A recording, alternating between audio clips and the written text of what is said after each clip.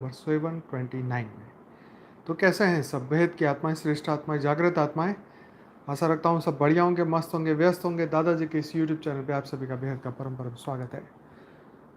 तो शुरू होने से पहले फिर बता दूं, जिन्होंने एपिसोड नंबर 724, 725, 726, 727, 728 नहीं देखे तो ज़रूर से देखिए। बहुत ही अच्छे हैं, बहुत ही अच्छा नॉलेज है उसके अंदर, बहुत ही आपको रियलाइजेशन होगा इस वीडियो के अंदर।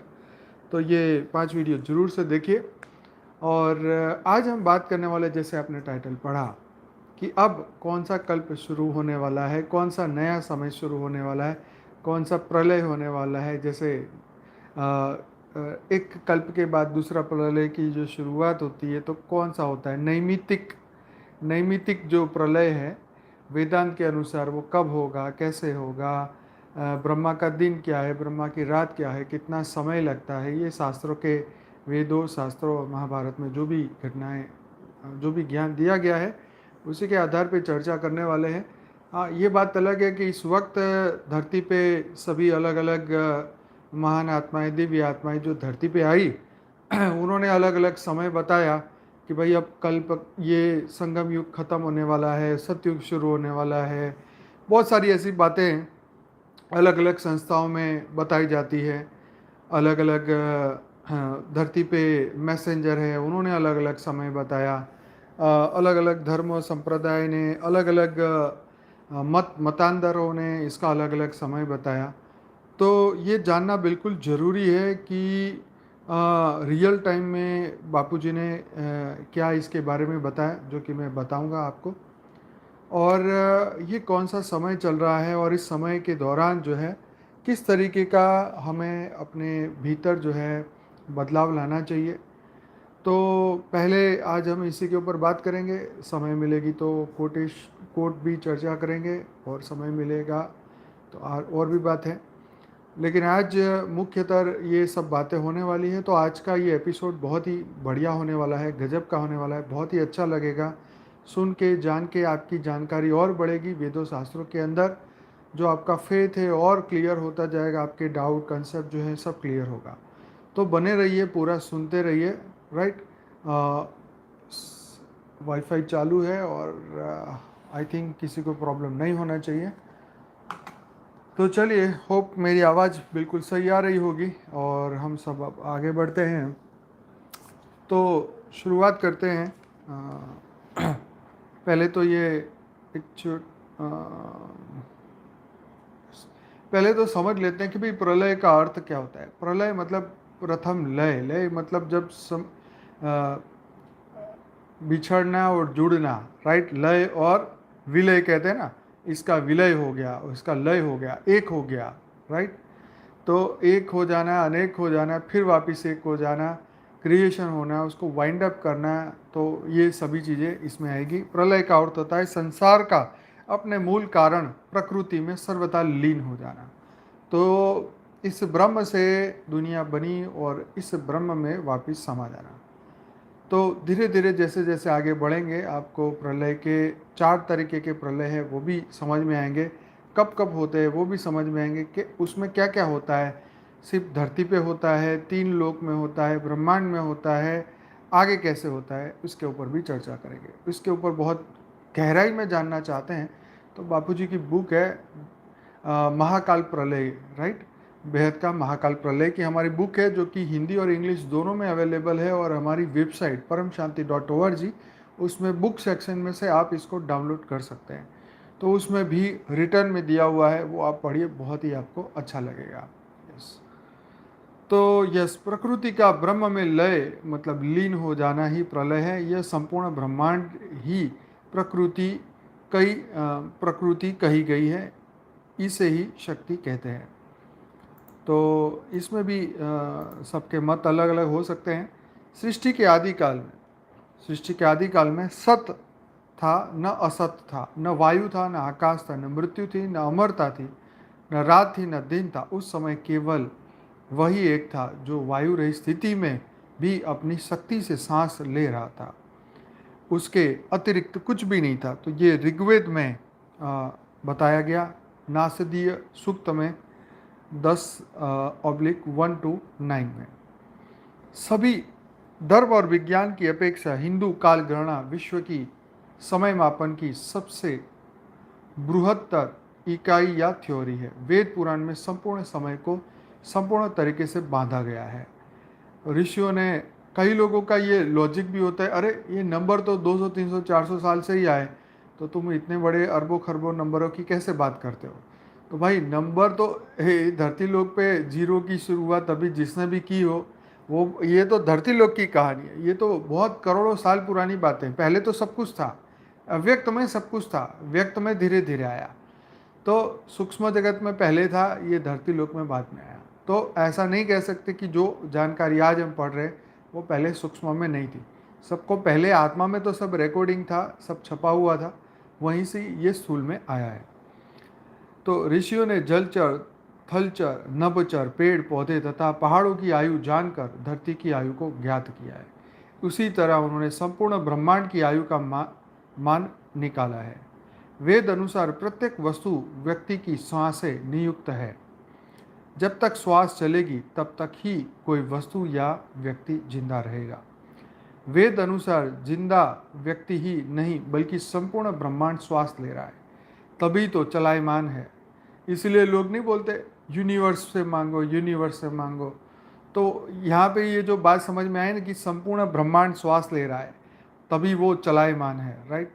तो वेद अनुसार व्यक्ति जिंदा नहीं पर संपूर्ण ब्रह्मांड भी जिंदा है। तो इसी बात को वेस्टर्न वालों ने पकड़ लिया कि यूनिवर्स लाइव है, उससे मांगो, यूनिवर्स से मांगो, यूनिवर्स से मांगो। तो क्या तुम्हारा चाचा मामा लगता है, कोई रिलेटिव है तुम्हारा कि वो तुम्हें दे देगा।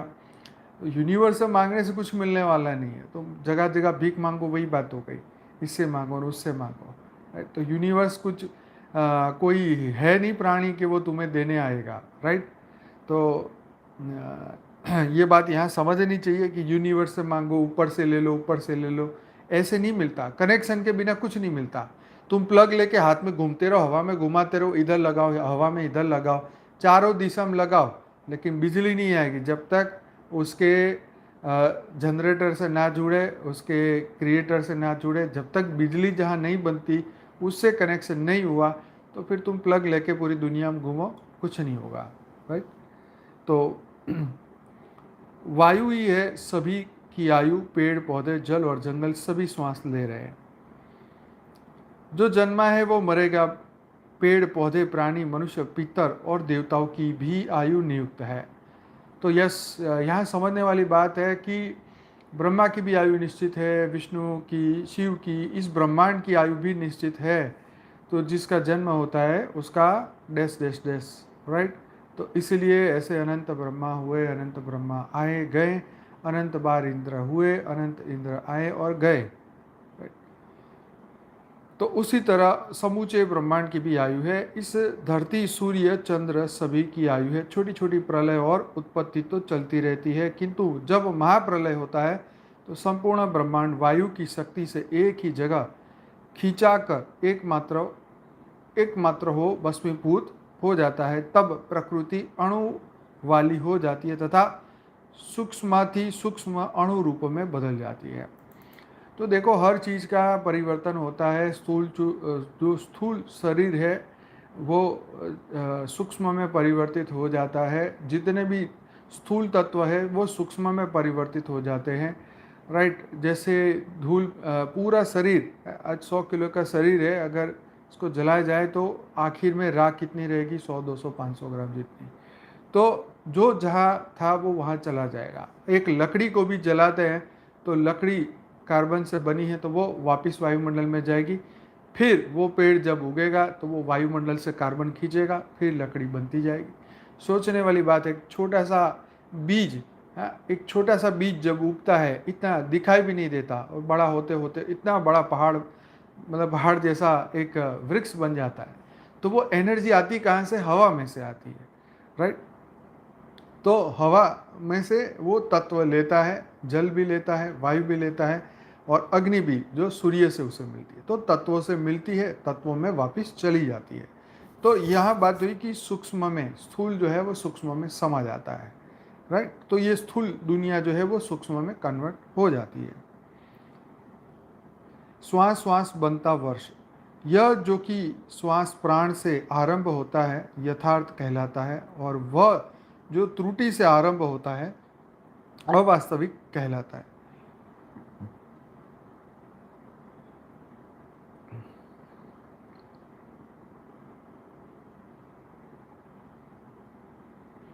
सूर्य सिद्धांत में लिखा है कि एक चंद्रमास उतनी चंद्र तिथियों से बनता है। एक सौर मास सूर्य की राशि में प्रवेश से निश्चित होता है। 12 मास एक वर्ष बनता है। ये सूर्य सिद्धांत है। तो अब आता है कब कब होगी सृष्टि में प्रलय। ये सभी लोगों का क्वेश्चन है कि प्रलय कब होगी, कैसे होगी, कौन करेगा। आइए इसमें डिटेल में चर्चा करते हैं। सबका समय का सबसे छोटा मापन त्रुस रेणु होता है। उससे बड़ा त्रुटि, उससे बड़ा वेद, उससे बड़ा लावा, उससे बड़ा निमेष, उससे बड़ा क्षण, उससे बड़ा काष्ठा, फिर लघु, फिर दंड, फिर मुहूर्त, फिर याम, फिर प्रहर, फिर उसके बाद आता है दिवस, फिर दिवस से बड़ा आता है अहोरात्रम, उससे बड़ा पक्ष कृष्ण पक्ष, शुक्ल पक्ष, उससे बड़ा मास, और उससे बड़ी एक ऋतु, ऋतु से बड़ा अयन, अयन से बड़ा वर्ष, वर्ष से बड़ा दिव्य वर्ष जिसे देवताओं का वर्ष कहा जाता है, उससे बड़ा युग, युग से बड़ा महायुग, महायुग से बड़ा मनवंतर, उससे बड़ा कल्प, और उससे बड़ा ब्रह्मा का दिन और आयु। राइट। तो इसको भी क्लैरिफाई करते हैं। प्रत्येक कल्प के अंत में एक प्रलय होता है, जबकि धरती पर से जीवन समाप्त हो जाता है। तो स्थूल धरती पे जीवन समाप्त हो जाता है तो क्या होता है, सब कुछ सूक्ष्म में परिवर्तित हो जाता है। एक कल्प को 4 अरब 32 करोड़ मानव वर्षों के बराबर का माना गया है। एक कल्प को 4 अरब 32 करोड़ मानव वर्ष के बराबर माना गया है। भाई ये फिगर को आप याद रखो, क्योंकि मैं जब फिगर बोलता हूँ तो गलत भी हो जाती है, याद भी नहीं आती है। तो ये फिगर को याद रखना एक चैलेंज है। तो जिसको याद रहे वो ज़रूर अपने दिमाग में डालें, और जब भी मैं कोई गलती करूँ इस क्लास में तो आपको अगर फिगर याद है तो कमेंट में ज़रूर लिखिए, ताकि जो नए लोग देखें उसको ये भूल आगे न जाए। तो ये बात हमेशा रखिए। यह ब्रह्मा के एक दिवस या एक सहस्त्र महायुग 4 युगों के अनेक चक्र के बराबर होता है। फिर से बताता हूँ, एक कल्प की जो बात है, एक कल्प को 4 अरब 32 करोड़ मानव वर्षों के बराबर माना गया है। यह ब्रह्मा के एक दिवस या एक सहस्त्र महायुग 4 युगों के अनेक चक्र के बराबर होता है।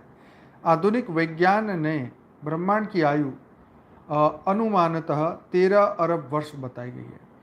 तो यस, डिस्कवरी चैनल में भी बोलते हैं 13.4 बिलियन ईयर पहले जो है ये ब्रह्मांड की शुरुआत हुई। वो तो शायद इस यूनिवर्स की शुरुआत की बात करते हैं। 4 अरब वर्ष पूर्व जीवन की उत्पत्ति मानी गई है। 4 अरब पूर्व, अरब मतलब कितना हो, 4 अरब मतलब 400 करोड़ वर्ष जीवन की उत्पत्ति मानी गई, ऐसा बता रहे हैं ना। 4 अरब कितना होता है भाई, लिखो ज़रा। करोड़ और अरब तो 400 करोड़, 4 अरब मतलब 400 करोड़ है। ये जो मैं बोल रहा हूँ ये सही है या नहीं? 4 अरब मतलब कितना होता है, 400 करोड़। तो इससे पूर्व जीवन की उत्पत्ति मानी गई है।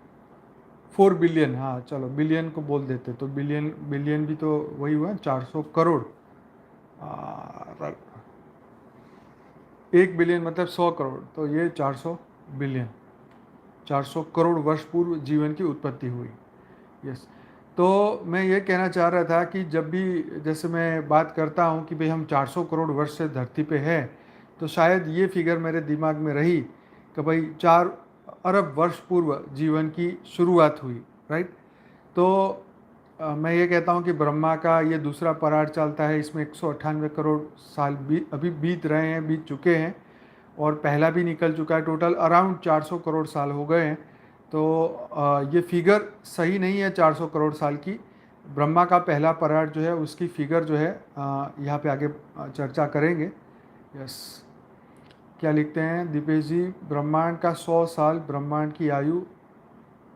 ओके, तो वो हम चर्चा करने वाले हैं। तो दोनों, ये ब्रह्मा का पहला परार्थ और दूसरे ब्रह्म परार्थ का टोटल अभी तक कितने करोड़ साल हो गए हैं आपके हिसाब से ज़रा कमेंट में लिखिए। गूगल करना है तो भी आप कर लीजिए, पर कमेंट में ज़रूर लिखिए कि ब्रह्मा का पहला परार्थ और दूसरा परार्थ का टोटल अभी तक कितने साल हो गए। अब ये बोल रहे हैं कि भाई 400 करोड़ साल पहले तो जीवन की उत्पत्ति मानी गई है, राइट। दो कल्पों को मिलाकर ब्रह्मा का एक दिवस और रात्रि मानी गई है। दो कल्प को मिला के ब्रह्मा के दिवस और रात्रि मानी गई है। यानी अब आया 259, एक मिनट, 3 3 6 और 7, एक सेकंड।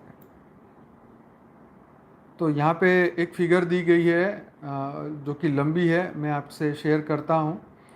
जो कि ब्रह्मा के 12 मास के उनका एक वर्ष बनता है। वो जो फिगर है 259,200,000,000,000,000, इसको बोल सकते हैं 259,200,000,000,000,000। मतलब अगर गिनने जाएं तो कितने करोड़ वर्ष होंगे ये मैं बताता हूँ। 1 2 3 4 5 6 और 7, तो 7 यहाँ पे, तो 25,920 करोड़ वर्ष ये बात बताई गई दो कल्प को मिलाकर। तो इतने करोड़ वर्ष की बात कही गई, 3 3 6 और 7। अब ये फिगर भी गूगल से ली गई है, कितनी सही कितनी गलत ये भी मेरे को आइडिया नहीं है। तो ब्रह्मा के 12 मास से उनका एक वर्ष बनता है और 100 वर्ष ब्रह्मा की आयु होती है। इस तरह ब्रह्मा के 15 वर्ष व्यतीत होने पर एक नैमित्तिक प्रलय होता है। फिर ब्रह्मा के 100 वर्ष व्यतीत होने पर तीसरा प्रलय होता है। देखो, जिसको भी ये कंफ्यूज हो ना मेरी तरह, तो बापूजी के बहुत बढ़िया वीडियो है, उन्होंने मुंह जबानी ही ये सभी फिगर्स बताई है। अगर आप इन बात को जानना चाहते हैं, यस, तो अपना एक प्लेलिस्ट है फॉर द बिगिनर्स वाला, उसमें पार्ट 1 से लेके 15 तक के बापूजी के नए लोगों के लिए ये वीडियो बनाए हैं, जो कि 2008 में शूट हुए थे, फिर टीवी में भी टेलीकास्ट हुए थे, साधना में और जी जागरण में भी हुए थे, गुजरात के लोकल चैनल में भी हुए थे। यस, तो दोनों परार्थ का 3100 खरब साल है। ओके, ब्रह्मा का 100 साल। चलो बढ़िया, एक जवाब तो यहाँ पे लिख के आ रहा है। तो आप बापूजी के वो वीडियो देखें, जब भी कोई फिगर में कन्फ्यूज़न हो तो बापूजी के वीडियो जाके देखिए, या फिर जो हमारी ये बुक है महाकाल प्रलय वाली, वो डाउनलोड करिए, उसमें सभी फिगर एग्जैक्टली बताई गई है। चलिए, तो इस तरह ब्रह्मा के 15 वर्ष व्यतीत होने पर एक नैमित्तिक प्रलय होता है। फिर ब्रह्मा के 100 वर्ष व्यतीत होने पर तीसरा प्रलय होता है, जिसे द्विपार्थ कहा गया है। द्विपार्थ। ब्रह्मा के 50 वर्ष को एक परार्थ कहा गया है। इस तरह दो परार्थ यानी एक महाकल्प, ब्रह्मा का एक कल्प पूरा होने पर प्रकृति, शिव और विष्णु की एक पलक गिर जाती है, अर्थात उनका एक क्षण पूरा हुआ, तब तीसरे प्रलय द्विपार्थ में मृत्युलोक में प्रलय शुरू हो जाता है। फिर जब प्रकृति, विष्णु, शिव आदि की एक सहस्त्र बार पलकें गिर जाती है तो एक दंड पूरा माना गया है। ऐसे 100 दंडों का एक दिन, मतलब प्रकृति का दिन माना जाता है। तब चौथा प्रलय प्रकृत प्रलय होता है, जब प्रकृति उस ईश्वर ब्रह्म में लीन हो जाती है, राइट। अर्थात संपूर्ण ब्रह्मांड भस्म होकर पुनः पूर्व की अवस्था में आ जाता है, जबकि सिर्फ ईश्वर ही विद्यमान रह जाता है। न ग्रह होते हैं, न नक्षत्र, न अग्नि, न जल, न वायु, न आकाश, न जीवन। अनंत काल के बाद पुनः सृष्टि प्रारंभ होती है। इसे इस तरीके से भी समझा जा सकता है जैसे मनुष्य का एक मास, पितरों का एक दिन। अब ध्यान से सुनो, ये भी एक अच्छी इक्वेशन टाइप है, इसको ध्यान रखें, याद रखें। मतलब मनुष्य का एक मास, हमारे यहाँ का एक मास, पितरों का एक दिन रात, ठीक है। रविश कुमार जी सही लिख रहे हैं। 15 नील 44 खरब 20 अरब साल एक परार्थ है। ओ जी वाह, चलो आगे। तो मनुष्य का एक मास मतलब पितरों का एक दिन रात, मनुष्य का एक वर्ष मतलब देवता का एक दिन रात, मनुष्य के 30 वर्ष मतलब देवता का एक महीना, मनुष्य के 360 वर्ष देवता का एक दिव्य वर्ष, मनुष्य के 4,32,000 वर्ष तो देवताओं के 1200 दिव्य वर्ष, अर्थात एक कलियुग। ग नहीं हो, पीछे कलियुग लिखा है। मनुष्य के 8,64,000 वर्ष मतलब देवताओं के 2400 वर्ष, अर्थात एक द्वापर युग। मनुष्य के 12,96,000 वर्ष देवताओं के 3600 दिव्य वर्ष, अर्थात एक त्रेता युग। मनुष्य के 17,28,000 साल वर्ष, अर्थात देवताओं के 4800 दिव्य वर्ष, अर्थात एक सतयुग। इस सब का कुल योग मानव के 43,43,20,000 वर्ष ईयर, अर्थात कि 12,000 दिव्य वर्ष, यानी कि एक महायुग, यानी कि एक चतुर्युग का ये चक्र है। 43,20,000 साल का चतुर्युग का एक चक्र है। इसी प्रकार 71 युगों का मनवंतर होता है, जिसका माने कितना मानव वर्ष हुआ, एक मिनट, करोड़ में बताऊं ताकि दिमाग में आ जाए सबके। 1 2 3 4 5 6 7 30 करोड़, 30,67,20,000, राइट। तो ये मानव वर्ष होता है 30,67,20,000 मानव वर्ष होता है। कब होता है? इस प्रकार 71 युगों का एक मनवंतर होता है। तो एक मनवंतर की बात यहाँ बताई, इतने वर्ष। प्रत्येक मनवंतर के अंत में सतयुग के अर्थात 17,28,000 वर्ष की संध्या होती है। प्रत्येक मनवंतर के अंत में सतयुग के अर्थात 17,28,000 वर्ष की संध्या होती है। एक मनवंतर के माने 30,67,20,000 वर्ष में संध्या माने बहुत 7,28,000 वर्ष के योग करने पर 30,84,48,000 मानव वर्ष आते हैं। 30,84,48,000 मानव वर्ष होते हैं, जो संधि सहित एक मनवंतर के मानव वर्ष है। अर्थात अधियुक्त एक मनवंतर में 30,84,48,000 वर्ष होते हैं। ऐसे ही अब 14 मनवंतर व्यतीत होते हैं, तब एक कल्प पूरा होता है। ऐसे ही जब 14 मनवंतर व्यतीत होते तब एक कल्प पूरा होता है। यही एक कल्प ब्रह्मा जी के एक दिन के बराबर होता है। तो आगे बढ़ते हैं चार तरीके के प्रलय की बात। तो जो चार प्रलय हैं, मूलतः प्रलय चार तरीके के होते हैं। पहला, किसी भी धरती पर से पहला कि भाई धरती पर से जीवन का समाप्त हो जाना।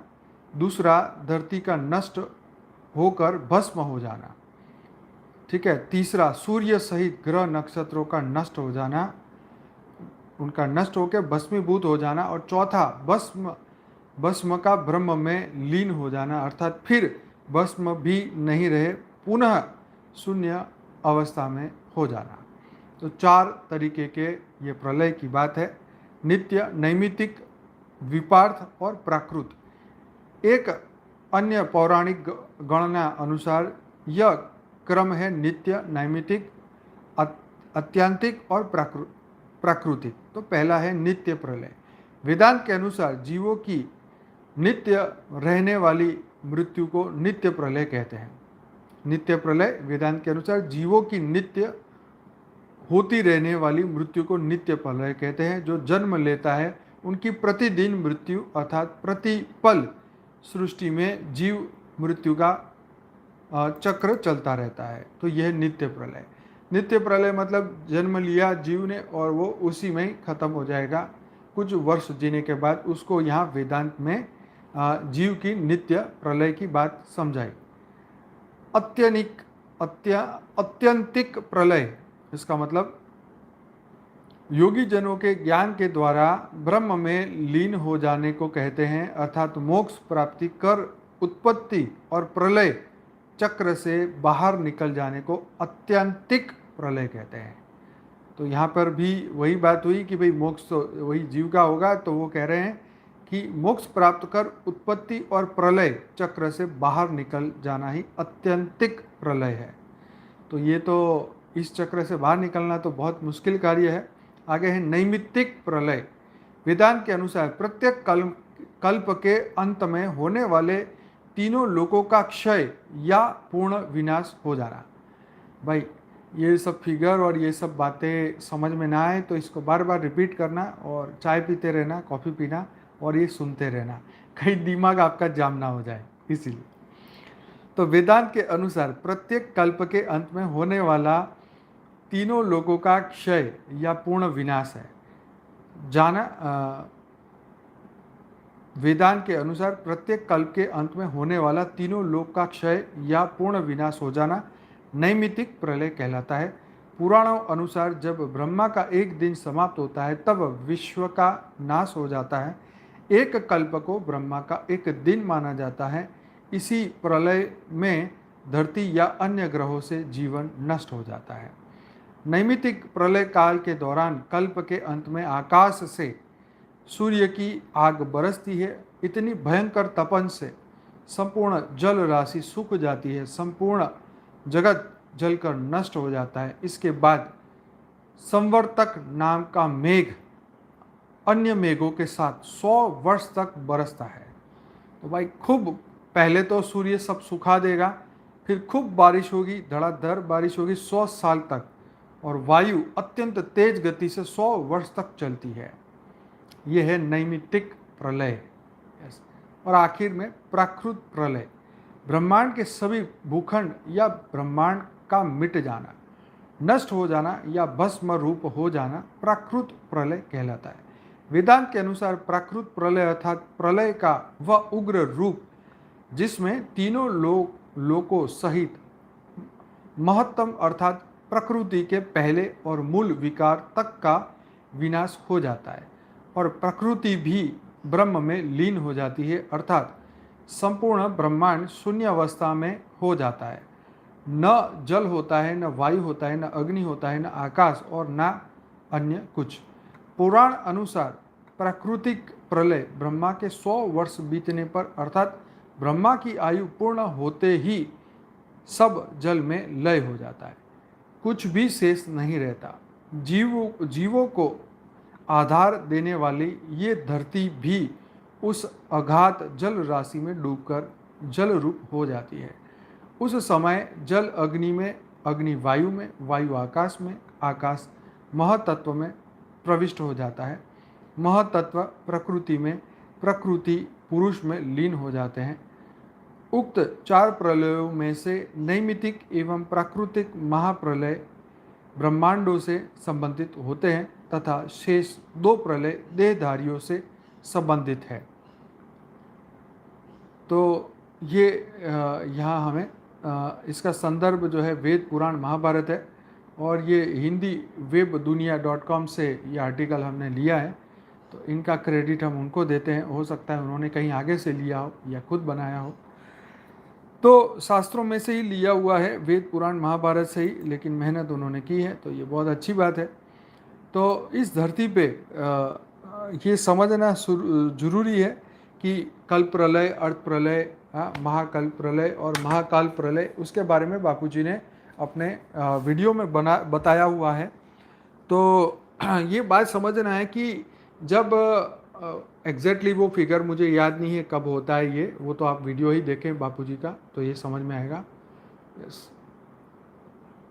हाँ, तो ये बीके हो, पीबीके हो, सबने अपना अपना बताया। जैसे पीबीके वालों ने बोला था कि हिम युग आएगा, पूरी धरती बर्फ में ढक जाएगी और उसके बाद फिर सतयुग आएगा, ऐसा उनका कहना था। तो सबने अपने अपनी प्रिडिक्शन बताई है। देखो, विनाश तो शास्त्रों में लिखा है, तो सबके दिमाग में तो एंट्री तो पड़ी है, क्योंकि 4 युग बीतेंगे, जब कलयुग खत्म होगा फिर सतयुग आएगा, ये तो पूरी दुनिया को पता है। युग शक्ति गायत्री वाले भी उन्होंने भी कहा 2021 में तो सतयुग की शुरुआत, पहला दिन शुरू हो जाएगा, राइट। तो ऐसे कई संस्थाओं ने, कई दिव्य आत्माओं ने जो ऊपर तपलोक से ऊपर रहती है, वो भी सूक्ष्म जगत को ऑब्जर्व करती है और धरती पे उसका प्रेडिक्शन देती है, राइट। अब क़यामत के दिन की बात कर ली तो क़यामत का दिन शुरू हो चुका है, ये उन्होंने इस्लाम धर्म में बताया गया है। जजमेंट डे की बात 2000 साल पहले ही कर दी कि भाई जजमेंट डे आने वाला है, लेकिन वो कब आने वाला था, जब ये बताया तब तुरंत आने वाला था, उसके भी 2000 साल हो गए, तो जजमेंट डे की भी बात हो गई। तो जब दिव्य आत्माएं, जो सूक्ष्म जगत में रहने वाली आत्मा है, वो अपने सूक्ष्म जगत के प्रिडिक्शन के अनुसार ही, क्योंकि वहाँ यहाँ ये ब्रह्मांड फ्री विल से चल रहा है, राइट। तो फ्री विल तो तब, लेकिन जब बनाया तब इसका आयुष्य तो फिक्स था। तो जिन्होंने 7 सीक्रेट ऑफ शिवा, जो बापूजी का वीडियो है, जिन्होंने नहीं देखा तो वो जरूर देखे। यस, भगवत पुराण में भी वर्णन बताया है, यस, महाभारत में भी ये सब बात बताई है। तो 7 सीक्रेट ऑफ शिवा जो है, पार्ट 1 और 2 हिंदी में भी है और उसके डिस्क्रिप्शन बॉक्स में इंग्लिश में भी लिंक है, वो जरूर देखिए। इसमें बापूजी ने समय की बात कही, घड़ी की बात बताई कि शिव की घड़ी, महाशिव की घड़ी, परम महाशिव की घड़ी, तीनों घड़ियों के बारे में बताया कि भाई इस वक्त चलो यहाँ पे शिव की दुनिया चल रही है, शिव ने इस ब्रह्मांड को चलाया, लेकिन महाशिव चाहे तो इस ब्रह्मांड को इसी वक्त बदल सकते हैं। अब उनके भी बॉस, मतलब पिता के पिता के पिता, परम महाशिव, शिव महाशिव परम महाशिव, वो जब चाहें तो इस हमारे इस ब्रह्मांड को कभी भी बदल सकते हैं। भले इसका आयुष्य कितना भी, अभी मान लो कि अभी इस कलयुग का जो 4,32,000 में से 5,000 साल गए, तो 4,28,000 साल भी अगर आगे पीछे फिगर भी गिने तो भी किसी भी वक्त ये धरती बदल सकती है, ब्रह्मांड बदल सकता है। वही बात बापूजी बताते हैं कि पूरा जो मल्टीवर्स है, जो मल्टीवर्स का मालिक है, वो अब ये पूरा मल्टीवर्स को बदलना चाहता है। और उसी के लिए जितनी भी श्रेष्ठ आत्माएं, शिव महाशिव परम महाशिव की जितनी भी आत्माएं इस वक्त, जो दिव्य आत्माएं इस वक्त मनुष्य बन चुकी है, देवताएं मनुष्य बन चुके हैं, उनको जागृति लाने के लिए, उनको बताने के लिए, समय का चक्र बताने के लिए आप कल की अवतार का भी बापूजी का वीडियो देख सकते हैं। उनमें भी बापूजी ने ये बात बताई कि जब कल की अवतार, बापूजी ने उस वक्त भी बोला था कि भाई अब ऐसा कोई अवतार होने वाला नहीं है, क्योंकि उससे पहले दुनिया बदल जाएगी, क्योंकि अभी तो उसके तो बहुत, शास्त्र के अनुसार तो बहुत समय बाकी है और दुनिया इतनी चल नहीं सकती। तो इसलिए इस धरती को कभी भी वाइंड अप किया जा सकता है, परिवर्तन किया जा सकता है। अब ये सूक्ष्म जगत के ऊपर डिपेंड है कि सूक्ष्म जगत में कितनी जल्दी परिवर्तन आता है, या वो धरती पे बीज आत्माएं कितनी जल्दी जागृत होती है, उनके ऊपर डिपेंड रहता है कि जब तक वो आत्माएं जागे नहीं, उनको मैसेज मिले नहीं और इस धरती पे फट से परिवर्तन का प्रोसेस शुरू हो जाए तो उन आत्माओं का क्या होगा। तो इसीलिए बीके ने 2036 तक का समय दिया कि भाई संगम युग 100 साल का है, 2036 में ख़त्म हो जाएगा। तो उनके जो बड़े हैं भाई, वो कह रहे थे कि भाई समय तो हम आगे कर लेंगे, कोई बात नहीं। तो उनको भी आइडिया नहीं है समय का, तो अभी तो वो 2036 बोल रहे हैं, लेकिन आगे भी हो सकता है। बापूजी ने भी पहले 2050 का वर्णन एक वीडियो में कहा था कि अगर दुनिया नहीं बदलती है, 2050 तक चलती है, तो उस वक्त धरती पे क्या माहौल होगा। लेकिन बापूजी 2018 के पहले के वीडियो में बोल चुके हैं कि परिवर्तन तो शुरू हो चुका है और बहुत जल्दी ही ये धरती लोक जो है, जो मृत्यु लोक है, ये पूरा अमर लोक बनेगा और पूरा मल्टीवर्स नया बनेगा। ये बात बापूजी बता चुके हैं। और कितनी 2 से 3% आत्माएं जो है उस मल्टीवर्स में रहेगी। जितने भी ब्रह्मांड, महाब्रह्मांड, परम महाब्रह्मांड में जितनी भी आत्माएं हैं, उन सब की बात उन्होंने बताई थी। तो बाकी सबको मुक्ति, जीवन मुक्ति मिलेगी, ये बापूजी ने अपने जजमेंट डे वाले वीडियो में बताया था, वो ज़रूर से देखें। मुक्ति, जीवन मुक्ति वाला वीडियो भी देखें, उसकी बारे में बापूजी ने डिटेल में बताया है।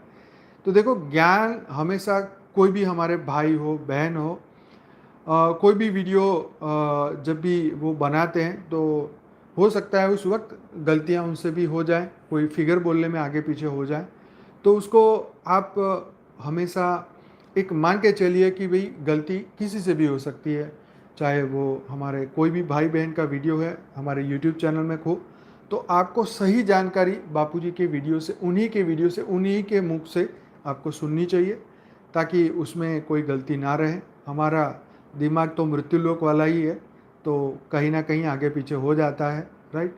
तो इसलिए गलती होने के संपूर्ण चांसेस है। तो अगर हमारी गलती होती है तो आप करेक्ट कर सकते हैं, इसमें कोई बात नहीं है।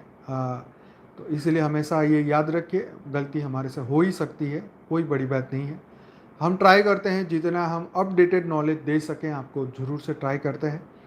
तो बापूजी के ये वीडियोस को ज़रूर से देखिए, अब आपको समझ में आएगा कि परिवर्तन की जो बात बापूजी 2018 से बोल रहे हैं कि अब वो समय आ चुका है कि इस धरती पे, इस सूक्ष्म जगत पे, कारण जगत पे, महाकारण जगत पे, इस ब्रह्मांड, महाब्रह्मांड, परम महाब्रह्मांड, या पूरे मल्टीवर्स में परिवर्तन होने के संपूर्ण चांसेस बहुत ज़्यादा हैं, बहुत जल्दी होगा। और इसी मानव युग के अंदर होगा, क्योंकि साइंस भी जानते हैं कि भाई धरती 100 साल से ज़्यादा नहीं चल सकती, राइट।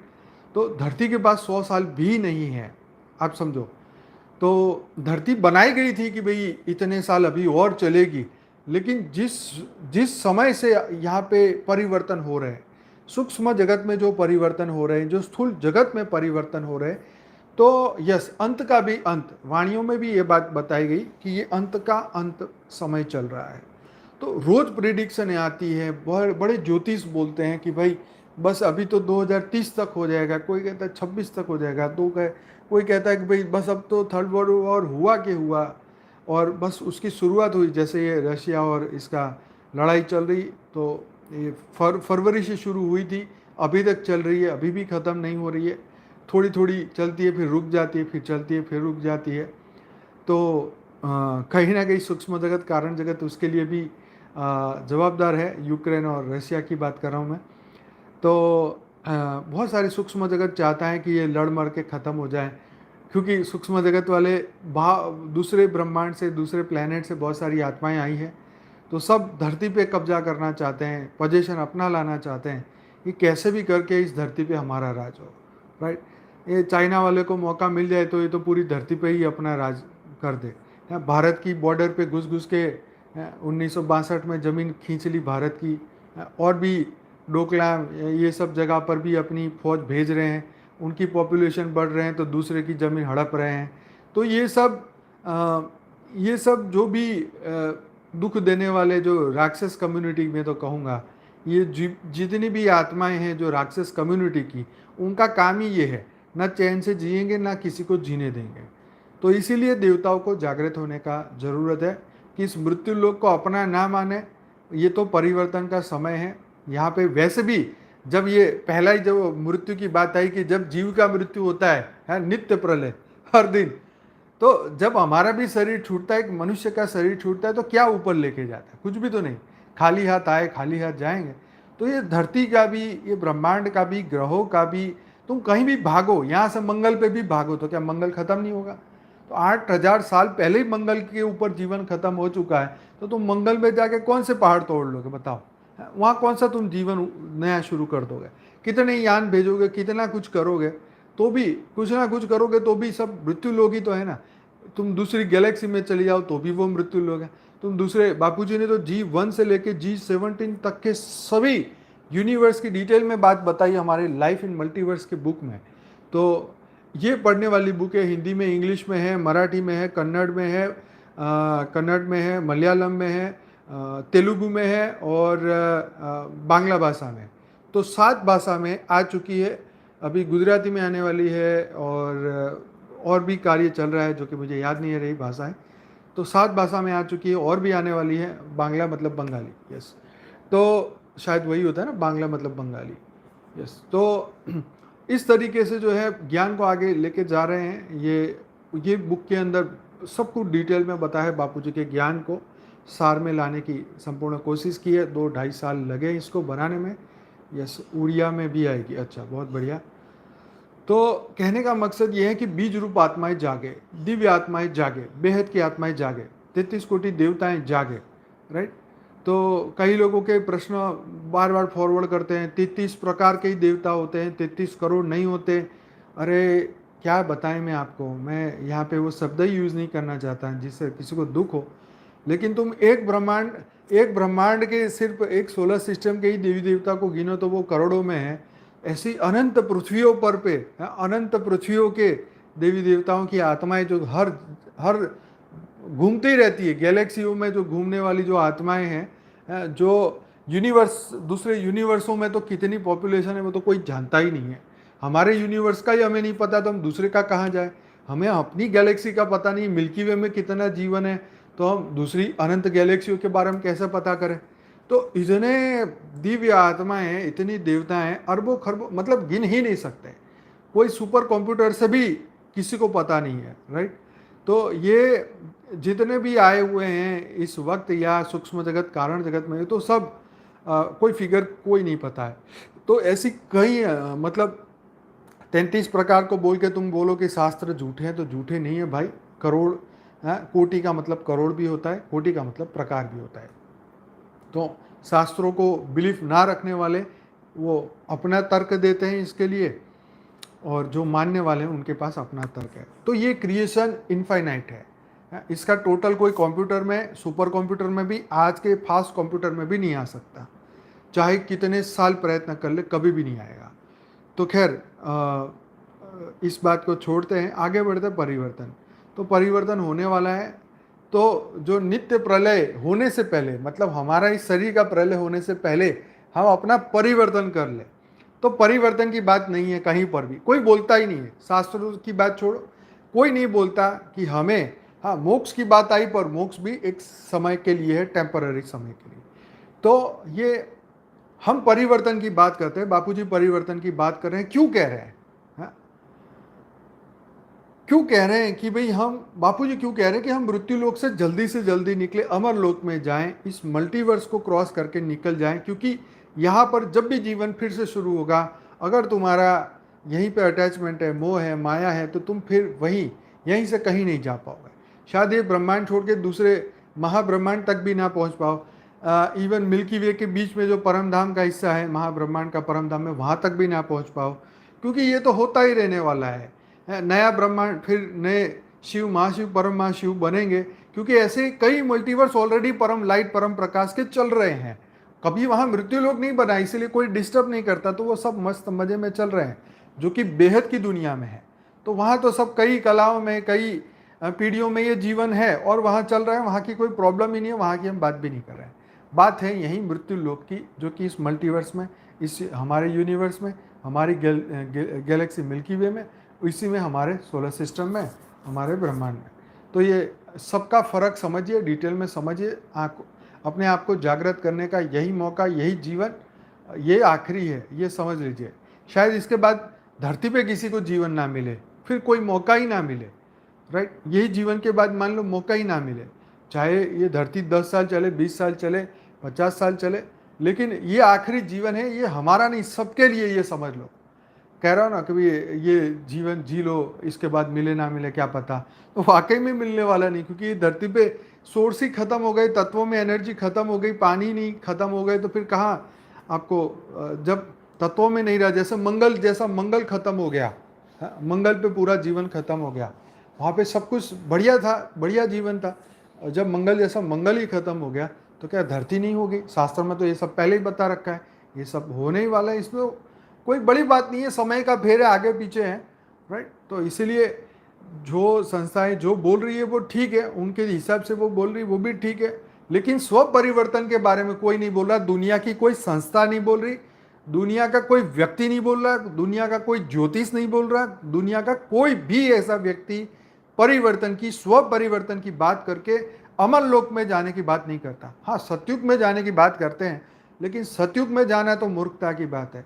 वो तो फिर कुछ ही दिन का मेहमान है, फिर वही सतयुग देता द्वापर कलयुग का चक्र चलता रहेगा, फंसता रहेगा, बार बार जीवन, बार बार मृत्यु। तो बापूजी ऐसे स्व परिवर्तन की बात कर रहे हैं कि जिसके बाद तुम आदि अनादि स्वरूप में पहुंच जाओ, बीज रूप अवस्था में पहुंच जाओ, राइट। तो ये बात हमेशा के लिए नई है, अंत तक ये बात नई रहेगी। नया कंसेप्ट है, नई बात है। जो समझेगा, जिसके अंदर अपने मूल स्वरूप की रिकॉर्डिंग है, वही ये बात समझेगा। जो बेहद की जर्नी करके आया है वो ये बात समझेगा, राइट। जो बेहद की परमपिता की रचना है वो ये बात समझेंगे, राइट। तो बाकी सबको सब कुछ जिसको जो अच्छा लगे उनको वो मुबारक।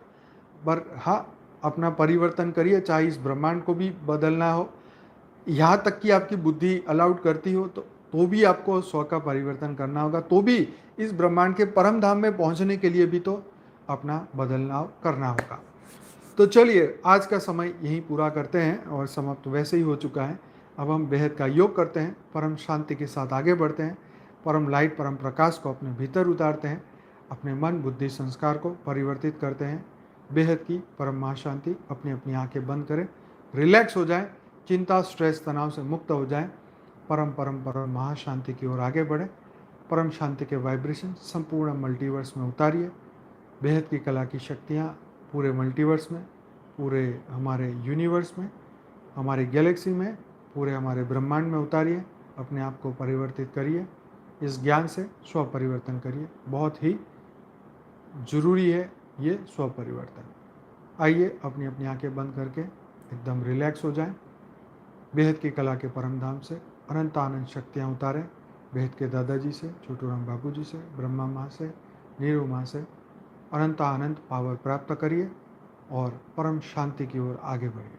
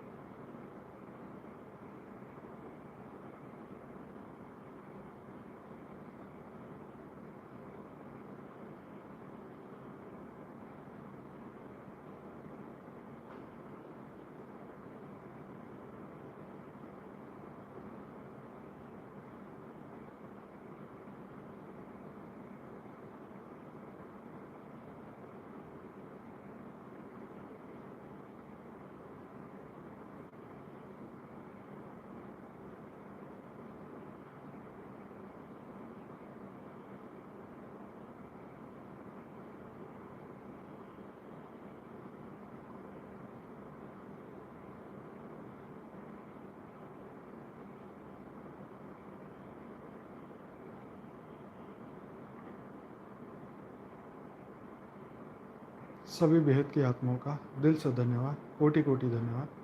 बेहद की परम शांति।